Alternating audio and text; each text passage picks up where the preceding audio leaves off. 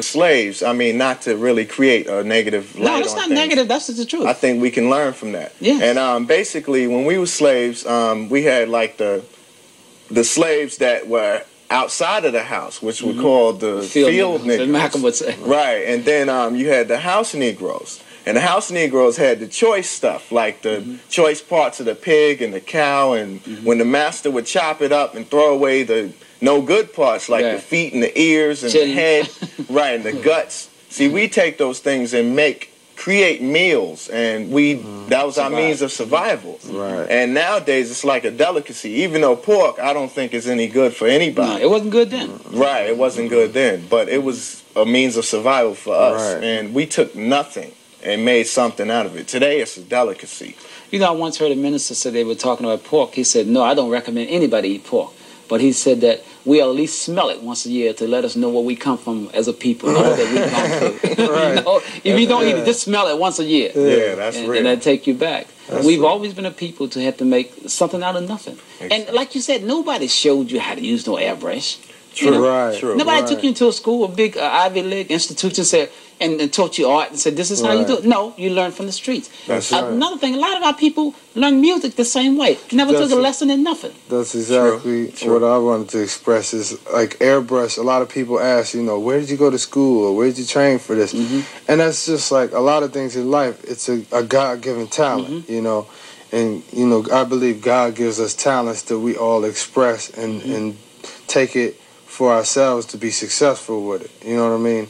And what I want to express is that people ask us about formal training, and I don't think you can have a formal training for something like art or like singing, anything of that nature. If you can't sing, you can't sing.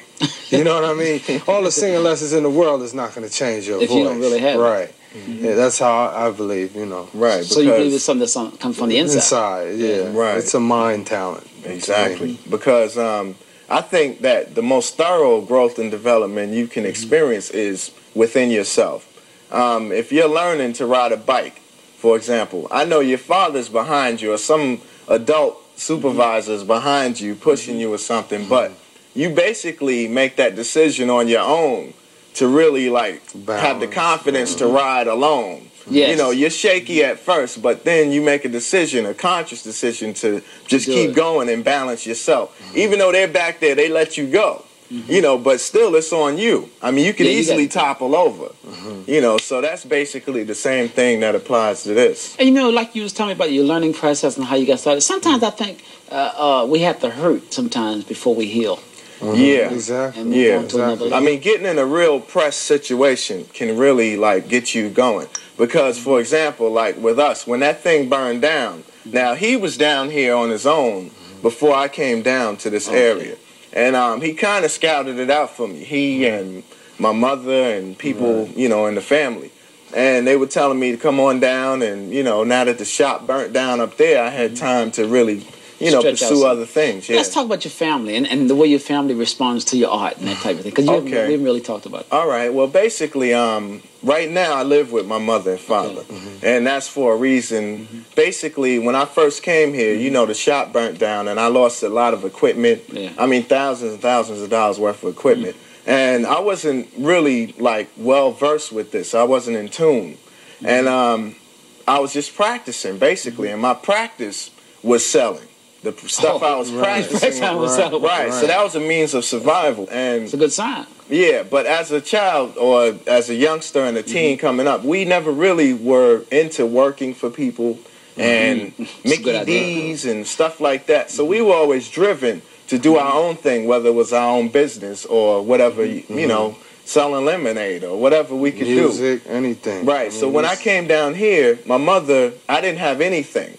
And my mother and father pitched in together and got me a little diaphragm compressor. And then I took that and then I got an airbrush. I was working for a couple of minutes at D.C. General Hospital. I did a little stint there in the medical records department. And hi, D.C. General.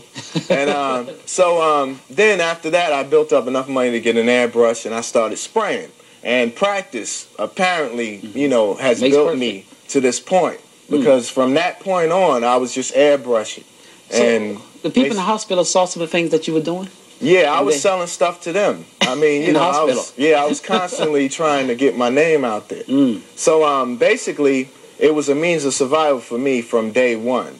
And February of 1994 made my second year. Wow. Really deeply airbrushing. And then while my mother and them supported me at the beginning, now, just to show you how God works and how tables turn, my father, in the time from when I got down here in 91 to now, the doctors told him he couldn't work anymore. And now I, in turn, take care of him now. Goodness. You know, so tables kind of turn for the better, though. Right. You know. But they believe in you. Yeah, but through their support, if it wasn't for their support. They do. 100%. That's good. Yeah. It's very important that to have parents and instill that kind of faith in the children and let them, you know, say, hey, here's your wings, now go on and fly. You know? Right, that's true. That's true. And I think a lot of the children nowadays need to really look up to their parents as heroes, not like, you know, Snoop Doggy Dogg or Ice Cube. I mean, they're making their money, and they have a market, and they know how to utilize that market, you know, to make money. But until you're putting a positive message out there, or you have a voice that really makes a difference, you're not really going to be looked up to, you know. So basically, I try to use my artwork as a tool, you know, to really, like, change people in a way where they're influenced. Not really, like, change you where you'll be a greater person after seeing me. It's just that to let you know that you can do something constructive. Yourself. Yeah, yourself. You can bring out that which is in you that the Creator has always put in you. But sometimes our young people don't know it's there. Right. Nobody has ever told them. Nobody has ever shown them that it's there. When I think about education, the word education comes from the word educo, which means that which is within already. To bring out that which is in. It's already in us. But it has to be nurtured and brought out. Exactly. But many things, many talents are untapped. Many untapped potential is already there. True.